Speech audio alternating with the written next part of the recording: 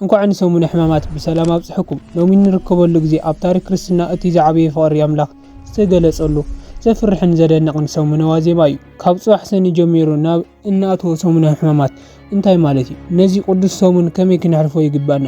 ክሳብ መወዳእታ ዘብደይ ምሳይ ጽንሑ። ሕማማት እንታይ ማለት እዩ? ሕማማት ማለት መከራ ወይ ስቃይ ማለት እዩ። እዚ ሰሙን እዚ ጎይታና መድሓኒና ኢየሱስ ክርስቶስ ንዓና ካብ ባርነት ሓጢኣትን ሞትን ሓራ ንምውፃእ ዝተቐበሎም መከራታት እንዝክረሉ እዩ። ካብ ሰኒ ክሳብ ሐሙስ ናይ ጎይታና ትምህርቲ ግርፋት ድኻምን ጽምእን እንዝክረሉ ግዜ እዩ። ጸሎት ኣብ ሰሙን እዚ ጸሎት ፍትሓት ሰላምታን ናይ ታሕጓስ መዝሙርን ኣይዝመርን። ዓለም ብሓጢኣት ጸልሚታ ዝነበረሉ ዘመን ንምዝካር ድማ ቤተ ክርስቲያን ብጸሊም ክዳን ትሽለም። እቲ ቀንዲ ሽቶ ሕማማት ናብቲ ናይ ትንሳኤ ብርሃን እንሰጋገረሉ ድልድል እዩ። እዚ ሰሙን እዚ ካብ ካልኦት ናይ ጾም መዓልትታት ዝተፈለየ እዩ።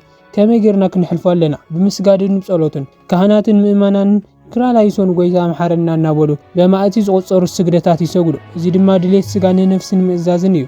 ብስቕታንን ብሓዘንን ዕላልን ወረን ብምንካይ ብዛዕባ ስቕለት ጎይታ እናሓሰብና ብስቕታ ክንጸንሕ ይግባና። ብንባብ ግብሪ ሕማማት ኣብ ቤተክርስትያን ዝንበብ መጽሓፍ ግብሪ ሕማማት ብምስማዕ ጎይታ ኣብ ነፍሲ ወከፍ ሰዓት ዝበጽሑ መከራ ምክትታል መንፈሳዊ ብርትዕ ይበና። ብጾም ከክም ዓቕምና ኣብ ክትየት ክሳብ ምሸት ጾም ምጽባይ ወይ ድማ ሰንበት ዓርብን ቀዳምን ኣላጊብኻ ምጾም ይግበር። ፍቕራት ሓወተይ ሕማማት ሱቕ ኢልካ ምሕዛን ጥራይ ኣይኮነን። እቲ ዝዓበየ ነገር ፍቕሪ ኣምላኽ ምርዳእ እዩ። ንሱ ኣብ ልዕሊ መስቀል ኮይኑ ኣቦ ሆይ ዝገብርዎ ኣይፈልጡን እሞ ይቕር በለሎም ከም ዝበለ ንሕና እውን ኣብዚ ሰሙን ይቕርታን ፍቕርን ክንለማመድ ይግባና። እዚ ቅዱስ ሰሙን ናይ ልብና ጸሊም ክዳን እንቕንጥጠሉ ብርሃነ ትንሳኤ እንቕበለሉ ይግበረና።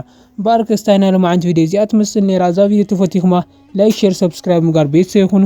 እምበኣር ከሳብ ቀጻሊ ቪድዮ እስካብ ንራኸብ ሰላም ኣምላኽ ምስ ኩላትና ይኹን። ጸሎትናን ልመናናን ኣምላኽ ይስምዐና። ኣሜን።